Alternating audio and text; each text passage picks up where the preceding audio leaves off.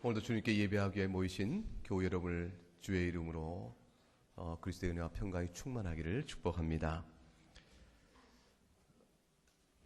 이 성경 전체에서 복음과 관련하여 우리의 가장 중요한, 그리고 우리가 예수 믿는다므로 이름을 말미암아 도대체 우리가 어떻게 된다는 것인가, 어떻게 된다는 것인가, 하나님 우리에게 주신 것이 무엇이며 우리는 그 하나님 앞에서 어떻게 살아야 되는 것인가.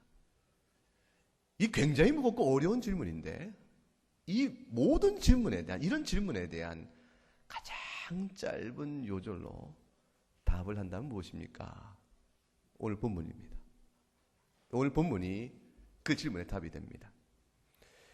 주 예수님께서 말씀하시기를 수고하고 무거운 짐진 자들아 다 내게로 오라, 내가 너희를 쉬게 하겠다 하신 말씀, 이 말씀 안에 신구약 성경에 주께서 이 땅에 오신 그 모든 일에 대한 요점, 그 이유가 요약되어 있습니다. 그래 그런지 이 말씀이 사실 교회 복음을 전도할 때나 교회임을 드러내는 간판에 가장 많이 쓰여 있죠. 여기저기 보게 되면 수고하고 무거운 짐자들아 다 내게로 오라. 버스 정류장의 교회를 이렇게 알릴 때도 그걸 우리가 즐겨 쓰죠. 이 말씀을 읽으면 누구라도 인생이 고달프기 때문에, 누구라도 인생이 힘들고 지치기 때문에 이 말씀에 눈이 번쩍 뜨이고, 그럼 나도 쉼이 있을까? 그런 생각을 갖게 됩니다.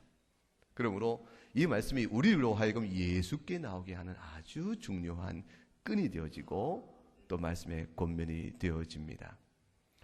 근데 주님이 주시겠다는 쉼이 도대체 무엇이기 때문에 내게로 나오라, 내게로 나오라고 말씀하실까?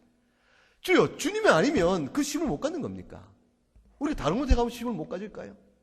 육신의 평안과 안식이라면 우리가 들로 산으로 가게 되면 쉼을 얻잖아요. 우리가 재물의 궁핍 때문에, 물질의 궁핍 때문에 당하는 어려움이라면 우리가 돈이 있으면 쉼을 얻는 거 아니겠습니까? 재물이 늘어나면 좋다, 편안하다, 그 마음에 들어오는 쉼, 그 쉼이 있잖아요. 그게 없을 때 얼마나 초조했던 걸 생각해 보게 되면 물질의 더함이 우리에게 쉼을 주죠. 갖고 싶은 목적이 있어서 애써 공부를 했는데 그 공부의 목적대로 학위를 얻거나 아니면 목적한 바의 결과를 얻어서 다른 사람들의 인정을 받거나 또 유익하게 되어지는 경우가 있으면 그 노력의 결과를 얻으니까 그 결과가 우리에게 쉼을 줍니다. 그 모든 것들은 예수님께 나오지 않아도 얻을 수가 있습니다. 그런데 예수님께 유독 나에게 나오라, 내게로 오라, 내게로 와야 하는 쉼이 있다고 말씀하신 그 쉼이 도대체 무엇일까? 그 쉼이 무엇이기에 수고하고 무거운 짐진 자에게 주는 것이라고 말씀하시는가? 그것이 오늘 우리가 들어야 될 신구약 성경 전체의 요약이며 예수 믿는 이유며 우리가 오늘 주 앞에 살아있는 기쁨이 됩니다. 이 쉼은 놀라운 쉼입니다. 이 쉼은 한밤의 잠으로 채워진 쉼이 아닙니다. 이 쉼은 하나님께서 세상을 지으시고 지금까지 역사를 운행하는 동안에 어느 역사, 어느 인간에게도 없었던 쉼, 세상에서 살 수 없는 쉼, 그 쉼을 약속하시는 거예요. 우리는 지난주에 말씀을 보면서 왜 하나님이 사람이 되셨는가를 생각해 보았습니다. 또 다른 석가모니, 또 다른 마호멧이 아니요, 또 다른 공자가 아니요, 하나님이 사람이 되셔야 되셨던 그 은총이 무엇이기 때문에 그럴까? 주님이 베푸는 쉼은 친히 하나님이 사람이 되심으로만 주실 수 있는 그 쉼입니다. 그 쉼은 죄로 인한 모든 고통에서의 해방이요, 죄로 인한 모든 비참한 저주로부터의 해방이요, 그리고 하나님과의 단절된 피조물의 가장 비극적인 모습에서 하나님과 함께 교통해 나가는 아주 놀라운, 아주 신비로운 사귐으로의 초청을 그걸 통해 주시는 쉼입니다. 이 쉼은 하나님이 지으신 세상 속에 있었던 그 쉼이었는데 아담과 하와가 죄를 범함으로 잃어버린 쉼이요, 예수께서 오셔서 비로소 우리에게 다시 알려주신 바로 그 쉼입니다. 그 쉼은 수고하고 무거운 자들만이 그 쉼을 초청의 대상으로 오게 됩니다. 어떤 사람이 그 쉼을 누릴 예수께서 주시는 쉼, 예수가 아니면 받지 못하는 그 쉼을 받을 수 있을까? 그것은 수고하고 무거운 짐진 자들입니다. 마태복음 23장에 가게 되면 이 도대체 무거운 짐진 자가 어떤 자인가에 대한 암시가 나옵니다. 예수님이 23장에서 얼마나 무서운지 몰라요. 예수님은 사실 굉장히 무서운 분이 아니거든요. 그냥 용서하시고 따뜻하고 그런 예수님께서 마태복음 23장을 읽으면 전혀 다른 모습으로 바뀝니다. 예수님이 엄한 질타여 지옥의 형벌을 선언해버리는 대상이 있으니 그게 바리새인과 서기관들입니다. 이들이 어떤 사람인가 하면 이들 생각에는 자기들 마음속에 갖고 있는 종교적 의의가 하나님 앞에서 인정을 받고 그래야 하나님의 자녀여 구원을 받는다고 생각한 그런 사람들이었습니다. 성경을 손에 들었으나 성경의 참뜻을 알지 못한 채 성경을 굴절시켜 자기의 전통과 신앙으로 사람들의 어깨 위에 갇힌 종교적 의무와 계명의 부담을 얹어버린 사람들이에요. 하나님을 믿는 사람이 하나님 뜻대로 살아야 될 거 아니겠습니까? 하나님 뜻대로 산다는 것은 부패한 자기 성정대로 사는 것이 아니니까 우리에게 부담이 있죠. 학교를 들어가면 학교 규칙이 있으니까 아무렇게나 하는 것이 아니요. 군에 가면 왜 우리가 군에 간다면 갑갑해야 합니까? 군의 조직 질서가 우리에게 엄한 통제를 주죠. 그것이 아니면 군 자체가 움직일 수 없는 거 아니겠습니까? 그 나름대로 모든 조직은 회사도 나름대로의 규칙이 있습니다. 하나님 나라도 우리에게 원하는 하나님 나라에 합당한 삶의 규범이 있지요. 그 규범이 분명히 우리에게 하나님이 얹어주십니다. 그런데 그 모든 규범이 그 모든 것을 행함으로 인하여 하나님 나라의 자녀가 되어진다라고 해석되어지면 이건 우리에게 엄청난 짐이 되는 겁니다. 교우 여러분, 여러분이 예수 믿고 주일날 이렇게 서둘러 교회에 나오니까 그 평생 동안에 예수 믿는 동안에 주일을 몇 번이나 빠지지 않고 잘 나왔느냐. 그리하여 여러분에게 천국에서 나중에 구원을 받을까 못 받을까를 결정진다. 이렇게 말하면 여러분이 교회에 오는 걸음이 지금보다 열심을 더 낼 것이고 더 즐거울까요? 여러분에게서 십계명을 우리가 읽었는데 십계명 하나하나를 얼마큼 잘 지켰는가를 따져 물어서 나중에 심판을 물을 것이라 그래야 구원을 받는다 하면 여러분께서 구원에 대한 감격과 기쁨과 보람이 있겠습니까? 행복이 있겠습니까? 그 모든 일은 여러분에게는 복음적 신앙생활이 아니고 종교적 계명에 의한 억눌림의 신앙생활이 시작될 것입니다. 같은 하나님의 말씀을 들으나 왜 우리가 십계명을 읽는가? 그것이 우리에게 주는 의미가 무엇인가? 하나님의 구원받은 백성으로서의 하나님 앞에 살아야 될 마땅한 도리인 줄 알며 그것이 나의 기쁨으로 다가오는 믿음 안에서의 고백과 말씀을 받는 것인가? 아니면 그 계명을 지킴으로 얼마나 내가 훌륭한 신앙인인가를 드러내요. 그것이 자랑이 되어지고 그것이 나의 의의 근거가 되어서 내가 구원을 받는다는 그 의미 때문인가는 전혀 다른 일입니다. 만일 우리 가운데서의 종교적 열심이 나의 의의 근거가 되어진다면 우리는 그것보다 불쌍한 사람이 없지요. 그런데 이것이 참 마음이 쉽습니다. 세상의 모든 사람들은요, 원초적으로 마음속에 갖고 있는 생각이 있어요. 어떤 생각입니까? 복음을 전해보면 금방 아는 건데 누가 구원을 받아야 될까요? 물어보면 착해야 되죠. 착해야 되죠. 그럼 당신은 구원을 받았습니까? 좀 어렵죠. 그럼 어쩌자고 그러면 그렇게 태어나십니까? 글쎄요. 답이 없는 겁니다. 그런데 마음속에 갖고 있는 공통된 생각이 뭡니까? 착해야 구원을 받지. 그 뒤집어 얘기하면 악해서야 구원을 받겠나? 그런 생각을 하는 겁니다. 그게 모든 사람 마음속에 담겨져 있는 원초적인 구원관입니다. 그 구원관이 철학과 종교의 다양한 형태로, 다양한 변형으로, 다양한 문화 안에서 역사하고 힘을 쓰면서 오늘날까지 온 겁니다. 근데 예수 믿는 사람만 엉뚱한 겁니다. 아니에요. 착해서 구원을 어떻게 받아요? 착한 게 그럼 의미가 없나? 아니요. 중요하죠. 그렇지만 착해서 되는 일이 아닙니다. 왜요? 근본적으로 구원을 받게 합당할 의를 이룰 만큼 착할 수가 없잖아요. 그 말이 마음에 닿으면 예수 앞에 나오게 됩니다. 수고하고 무거운 짐진 자의 반응이 나오게 됩니다. 교회가 2000년 역사가 진행되어 왔습니다. 예수님 승천 이후에 성령께서 강림하시고 오늘 우리가 알고 있는 교회가 나타났습니다. 그 이전에는 구약에 있는 이스라엘 국가 형태로서의 교회였습니다. 지금 우리가 생각하는 사뭇 다르지요. 국가가 교회인 시대와 이 국가와 교회가 기관적으로 분리된 특별 형태를 갖고 있는 건 아주 다른 시대잖아요. 2000년 교회사를 통해 오면 예수님께 이 땅에 오신 다음에 복음을 다시 사도를 통해서 해설해놓고 신약 성경을 주셨으니까 우리 생각이 어떻습니까? 구약과 신약을 다 같이 읽는 이 교회 시대에 얼마나 복음이 풍요롭겠습니까?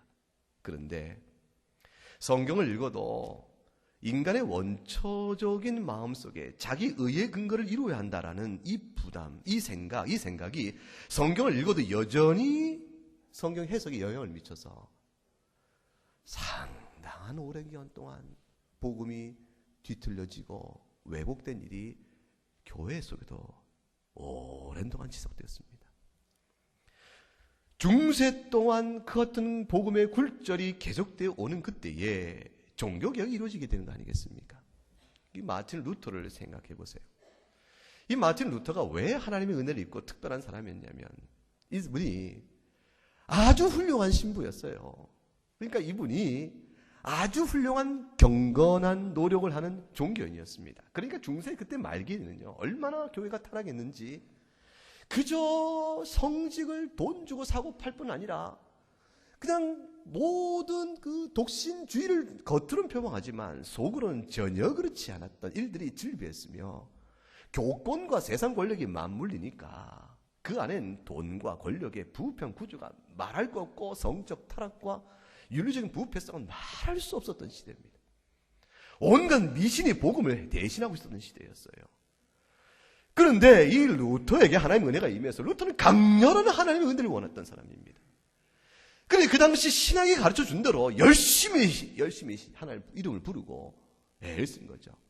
그 당시 신학이 뭘 가르쳤냐면 예수를 믿으면 은혜로 하나님의 백성이 되는 1차 자격을 얻는 겁니다. 1차 자격을 얻으면 교인이 되어지니까 영세를 받죠. 그런 다음에는 고해성사를 할 수 있는 거예요. 그 고해성사를 통해서 죄 사함을 받아야, 그리고 또 열심히 또 선행을 베풀어야, 그래야 낙원에 이룰 수 있다. 이렇게 되어진 것이었으니까. 그런 신학 구조 안에서 영세를 받아 하나님 자녀가 되고, 그래서 의롭다함을 받을 수 있는데, 사람이 늘 죄를 범하니까 이 죄를 범하는 일들을 어찌 하겠는고? 고해성사를 통해서 그 사면에 대한 모든 은총을 받고 다시 또 하나님을 더욱더 사랑하며 선을 행하는 가운데 계속된 생활 속에서 수련과 수양과 고행과 경건의 노력을 다해야 했던 것이죠. 예수님은 영세를 받고 고행서성을 할 수 있도록 부르심은 은혜를 주시는 분이요, 그 십자가 있음으로 우리를 부르지만, 그러나 그가 승천하신 이후에 하늘에 계신 예수님은 우리가 고해성사를 어떻게 잘해서 마침내 주님의 심판대 앞에 섰을 때 선하게 주의 계명대로 하나님을 다른 무엇보다 진실에 사랑했는가에 따라서 판단을 받아 낙원에 이른다고 배웠으니 루터의 마음에 얼마나 큰 짐이 된지 모릅니다. 아무리 해도 하나님을 더 사랑할 수가 없는 거예요. 하나님을 더욱더 사랑합니다 라고 말하고 일도 해보고 절도 해보지만 어느새 슬며시 밀려오는 자기 사랑, 자기 정욕, 자기의 부패성이 자기를 휘감아 오는 것을 부인할 수가 없는 겁니다. 머리를 흔들고 쥐어뜯어도 하나님의 말씀이 자기 심령과 모든 걸 채워야 하는데 그 말씀이 채워지지 않은 채 자기 안에서 밀려오는 하나님보다 자기를 높이는 마음, 자기 의에 대한 정당성, 그 모든 정욕의 흐름을 어떻게 할 수가 없는 겁니다. 루터가 무릎으로 베드로 성당의 계단을 기어 오르기도 했었고 고행을 했지만 소용이 없었던 겁니다. 그것이 수고하고 무거운 짐이었습니다. 정녕 여러분 마음속에 있는 의의 근거? 착한 사람이니까? 선행을 통해서? 하나님 앞에 이룰 수 있을까? 그 모든 생각은 우리에게 견딜 수 없는 절망과 낙심과 아픔과 짓누름을 주게 되어 있습니다. 왜 사람들이 왜 그걸 모를까요? 종교적 노력을 하는 분들이 왜 그걸 모를까요? 타협이 이루어집니다. 어쩔 수 없으니까. 절대적으로 자신 안에 오는 이 고통과 짐의 무게를 어쩔 수 없으니까 타협이 이루어집니다. 하나는 일체적으로 괜찮다 이 정도면 자기가 자기를 달래는 타협이 있는 거죠. 이 정도 해보자. 이 정도 신앙적 수량을 누가 했는가? 주변을 돌아보니까 상당한 종교적 경건성을 가진 사람이라고 판단되는 순간 괜찮다라고 스스로 타협하거나 다른 사람에 비해서 홀랐지 않은가라는 이 생각이 선악간에 얼마나 많은 죄를 범했고 얼마나 의를 했는가를 비교하여 그래도 나쁜 짓은 별로 한 거 없지 않은가라는 양심의 타협입니다. 그거로 자기를 높이게 됩니다. 그렇게 되어지면서 다른 사람들에게 모든 짐을 눌리게 되는 것이죠. 죄 가운데 있으나 죄로 인한 고통을 바로 보기 못하게 하고 죄 가운데 있으나 그 중에 의인을 만들어내는 겁니다. 주님이 그런 자는 예수께 나와 구원을 받을 길이 없고 실로 자신이 수고하고 짐진 자인 줄 아는 자들을 초청해 내십니다. 다 내게로 오라 하십니다. 요한복음 6장 35절 말씀에 나온 바대로죠.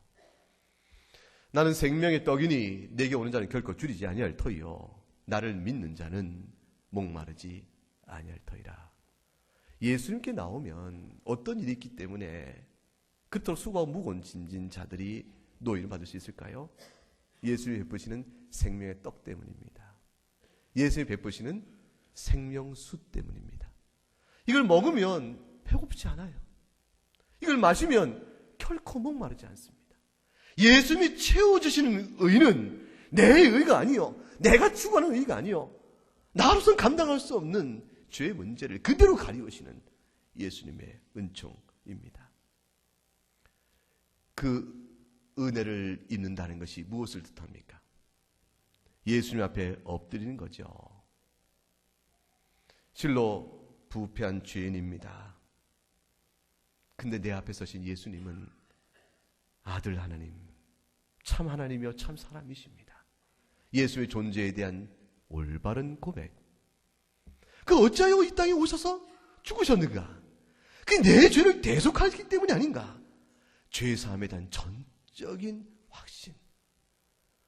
자기 의의 근거가 없음을 알고 예수 십자가에서 피 흘려 죽으신 주님의 순환과 그의 행하신 모든 율법의 의가 바로 나를 위한 것이요 그의 의가 내 의가 되고 그의 죽으심이 나의 형벌을 대신 받은 것이라는 사실에 대한 분명한 이해를 갖고 주여 내가 믿나이다 라고 나가는 것.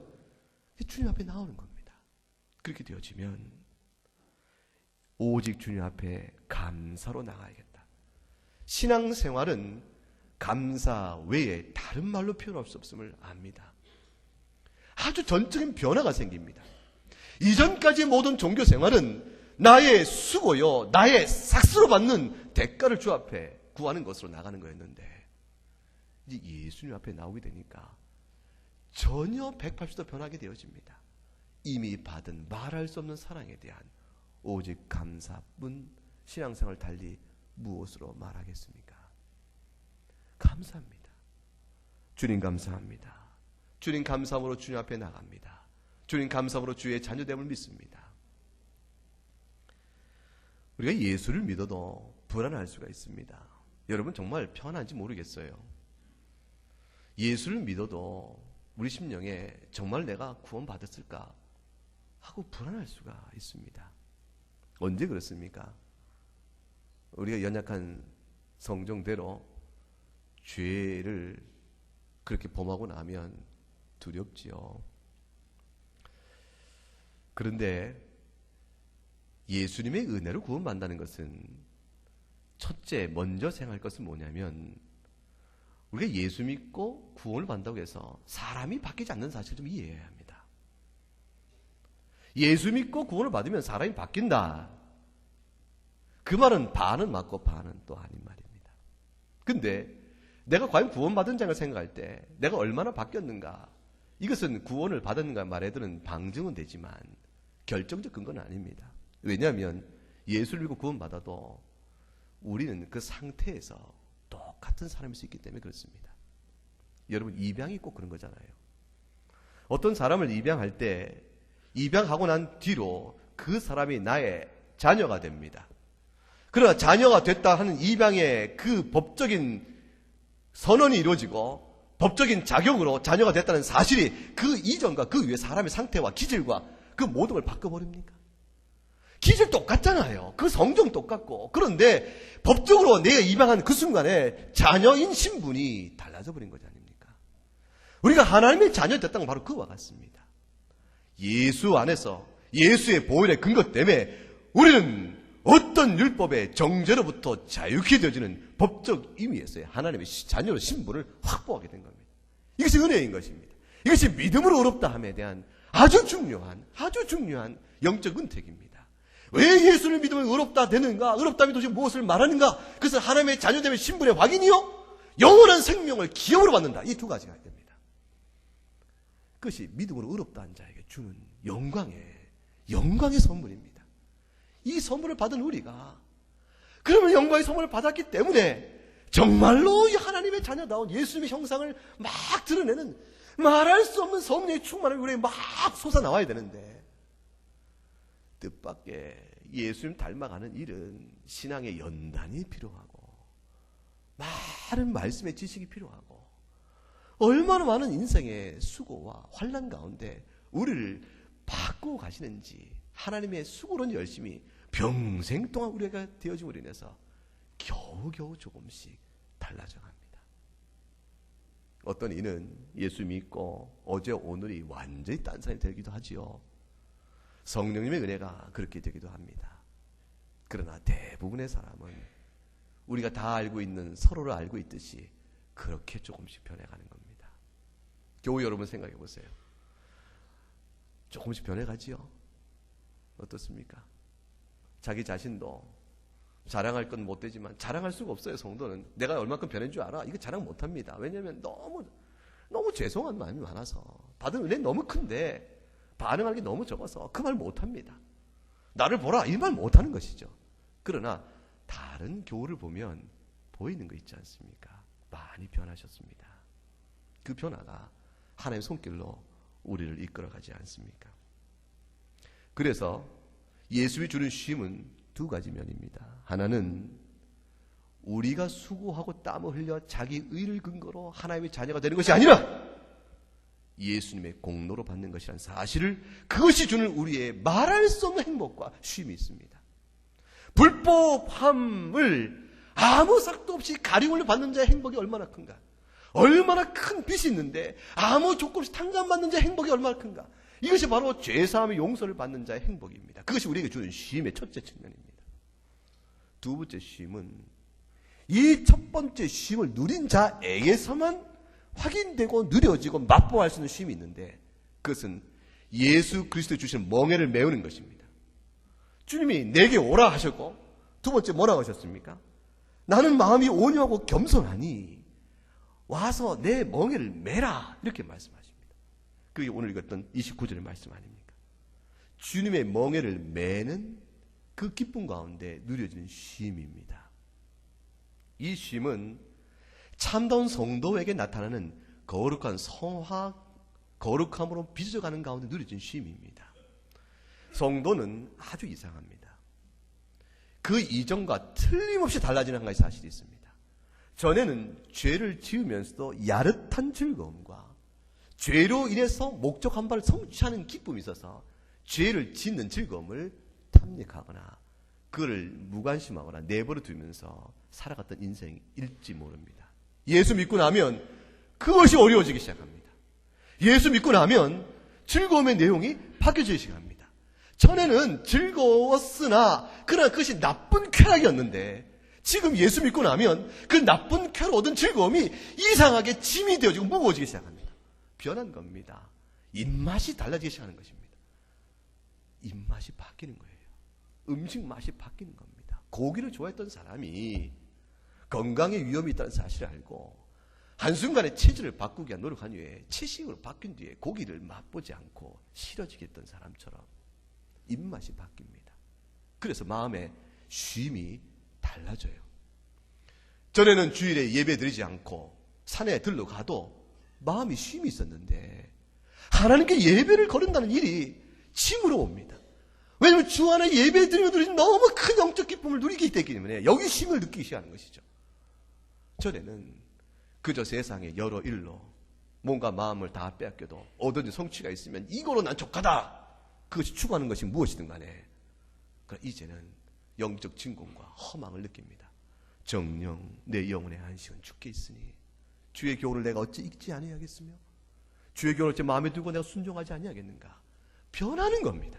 그것이 주님의 멍에입니다. 이 멍에는 가벼워요. 이 멍에는 무거운 것이 아니라 주님이 우리에게 힘을 주고 용기를 내주십니다. 그래서 내게 와서 배우라고 말씀하시는 거예요. 혹시라도 주의 멍에도 종교적 멍에인 줄 알고 막 도망쳐버릴까? 주님이 이게 보시오. 내가 주는 멍에는 네 스스로 구원을 이루는 그 멍에같이 무거운 것이 아니야. 용서받은 자가 누리는 성령 안에 살아가는 아주 특별한 감격과 쉼이 있는 겁니다. 여러분 갈라디아서 5장 13절과 14절 말씀 보세요. 형제들아 너희가 자유를 위하여 부르심을 입었으나 그러나 그 자유로 육체의 기회를 삼지 말고 오직 사랑으로 서로 종노릇하라. 세상에 종노릇을 즐거워하는 사람이 있겠습니까? 근데 사랑으로 종노릇하는 것은 희한한 겁니다. 사랑으로 종노릇하는 것은 마음의 기쁨과 평안과 자유함을 주는 거예요. 예수 안에 있는 사람이 사단의 세력부터 죄의 심판으로부터 자유케 되어지면서 성령의 역사가 이루어지니 그 마음에 성령의 열매를 맺어가고 성령을 쫓아 행하는 놀라운 순종의 능력 가운데서 말할 수 없는 해방과 영적 자유를 느낀다고 말이죠. 이것이 예수님이 주신 멍에입니다. 예수님의 멍에, 예수님을 나의 구주여 주님으로 삼고 그의 통치를 마음에 받아가며 살아가는 자의 행복, 그 자유함, 그 쉼, 그것이 바로 영적 안식의 두 번째 측면입니다. 하나님의 자녀 신분을 누리지는 말할 수 없는 기쁨, 구원의 감격이 있고 구원을 받은 자가 주의 말씀에 순종해 살아가면서 이루어진 영적 자태가 나에게 주는 말할 수 없는 기쁨, 이것이 우리에게 좋구나, 쉼이구나. 여러분 죄를 범하면 얼마나 심령이 무겁고 고통이 옵니까?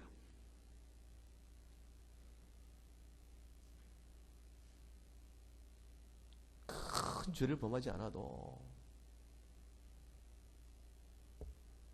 세상이 다 알고 세상법으로 다스려야 할 만한 큰 죄가 아니어도 우리 마음에 힘든 죄가 많잖아요. 내 마음의 정욕이 내 생각과 마음을 사로잡아 말하고 생각하고 행동하는 것이 있어서 세상법으로야 뭐 거슬릴 거 없겠지만 부끄럽다, 어찌 그리 행하는가, 아픔들이 있잖아요. 그런데 우리가 순종해보면 기쁘지 않습니까? 내 안에 그리스도의 향기와 영적 자태가 이루어진 것 같아서 얼마나 기쁘고 영적인 자유함이 있습니까? 그게 쉼입니다. 주님을 닮아가면서 누려지는 거룩한 삶으로 통해 주시는 쉼. 역설이죠. 똑같이 종교적 노력을 하고 있는 것 같은데, 똑같이 종교 생활하면 경건을 위한 애를 쓰는 것 같은데, 한쪽은 엄청난 수고하고 무거운 짐인데 왜 그래요? 자기 의로 구원을 받으려니까. 그러나 그리스도의 의로 구원받은 자에게 베풀어진 경건의 모든 노력은 하나님의 자녀로 살아가는 복된 자태이므로 그것이 자유요 쉼이 나오는 전혀 다른 모습이 이루어집니다. 이것이 예수 믿는 사람의 비밀입니다. 이게 경건의 자랑입니다. 이것을 범패스럽고 여기지 않도록 주님이 나를 보라 이렇게 말씀하시잖아요. 그 세 번째 주님이 하신 말씀 생각해보세요. 첫 번째가 뭐였어요? 내게 오라. 두 번째가 멍에를 메라. 내 멍에다. 세 번째 나를 배우라 그러시잖아요. 주님을 배우면 용기가 생기는 겁니다. 주님 말씀하시기를 내 멍에 지기를 두려워하지 마라. 예수 말씀대로 살아가길 두려워하지 마라. 이게 쉼이 있는 것인데, 왜냐하면 나는 마음이 온유하고 겸손하니 두려워하지 말라 말씀하세요. 예수님은 목소리를 높이는 분이 아닙니다. 적어도 주님 앞에 엎드린 사람에게는 늘 사랑하십니다. 이사야 42장 3절에 여호와 하나님께서 이렇게 말씀하셨어요. 목소리를 높이지 아니하며 상한 갈대를 꺾지 아니하시고 꺼져가는 등불도 끄지 아니하신다 그랬습니다. 누구라도 마땅히 1000번, 10,000번 죽여야 될 죄인을 할지라도 그리스도 앞에 나오면 죄를 기억하여 죄값대로 물으시는 분이 결코 아니란 사실을 마음에 확신을 가져야 합니다. 주님은 다 용서하십니다. 그러므로 주님 우리에게 말씀하시죠. 자기 자신이 아니라 하나님을 피난처로 삼아 전적으로 하나님만을 의지하며 영육간에 살아가는 인생의 모든 일을 오직 하나님 손에 맡기고 사는 사람, 그 사람은 그대로 주께 주시는 안식과 쉼을 누린다는 것입니다. 그걸 위하여 하나님이신 주님이 이 땅에 오신 겁니다. 따라서 중세 천주교처럼 오늘까지 천주교 신앙을 지배하고 있는 것처럼 천상에 올라가신 예수님은 마지막 날에 우리를 영이냐 양이냐 염소냐 엄청난 잣대로 얼만큼 신앙생활 잘했느냐 갖고 얼만큼 의를 이뤘는가 계명 얼만큼 잘 지켰느냐 잣대로 우리를 구원에 이를까 모를까를 판단하신 두려운 분이 아닙니다. 저들은 안 됐어요. 같은 성경을 본다고 말하지만 예수님이 이제 천상에 오르신 예수님은 이제 심판주일 뿐이니까 그저 두려움에 마리아 이름을 부르고 예수를 품에 안은 엄마의 사랑으로 저 심판되신 예수의 칼날을 피하게 하옵소서 마리아를 쫓아다닌 거예요. 우리 예수님 그런 분이 아닙니다.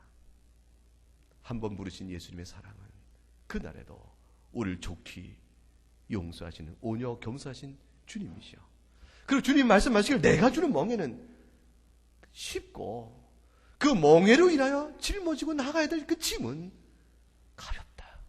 그러므로 예수답게 예수님 자녀로 살아가는 모든 일에 범패스럽게나 도피하거나 어렵게 생각지 말라고 말씀하는 것이죠. 주님이 이 쉼을 우리에게 주길 원하신 것입니다. 창세 후에 이내고 타락해버린 인간의 모든 비참한 현실을 보시고 정녕 우리를 구원하여 하나님의 자녀로 살아가는 아름다운 이 행복을 그것만이 참 쉼이기 때문에 이걸 주려고 주님이 이 땅에 오신 겁니다. 여러분은 예수 믿으면서 그 쉼을 그 안식의 참맛을 아시나 모르겠습니다.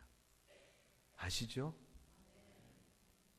하나님의 자녀됨에 말할 수 없는 감격과 주의 말씀대로 살아가는 성령을 주 살아가는 그 행복과 그 쉼의 맛을 여러분이 충만히 알 수 있기를 주의 이름으로 축복합니다. 모든 백성이 다 아는 것은 아닙니다. 예수 이름 부른다고 다 알진 않아요. 예레미야 시대 때 6장 16, 17절에 주님이 말씀하셔서 내게로 오라 했지만 그들이 뭐라고 말하는지 아십니까? 아니요. 17절에 우리는 그렇게 가지 않겠소. 주님이 파수꾼을 세워 나팔소리를 크게 울리지만 아니요. 우리는 듣지 않겠소. 그리하여 아브라함의 언약의 백성이라 자랑했던 저 많은 이들이 언약의 참뜻을 모르고 그들을 모르진 자가 참 많습니다. 오늘 예수의 복음을 여러분 귀에 들려준 주께서 우리를 향해 부르신 겁니다. 내게로 오라. 내 멍에를 메라. 나를 보라. 이것이 내가 너에게 주고자 하는 하나님 자녀로서의 참된 안식이요, 하나님 자녀 살아가는 내면에 베푸시는 거룩의 안식이니라. 짧은 한 평생 동안 신앙 순례길을 걸어간 여러분, 철로 역정입니다. 주님과 동행하시는 은총 가운데 안식을 충만히 누리실 수 있기를 주의 이름으로 축복합니다. 함께 찬송하겠습니다.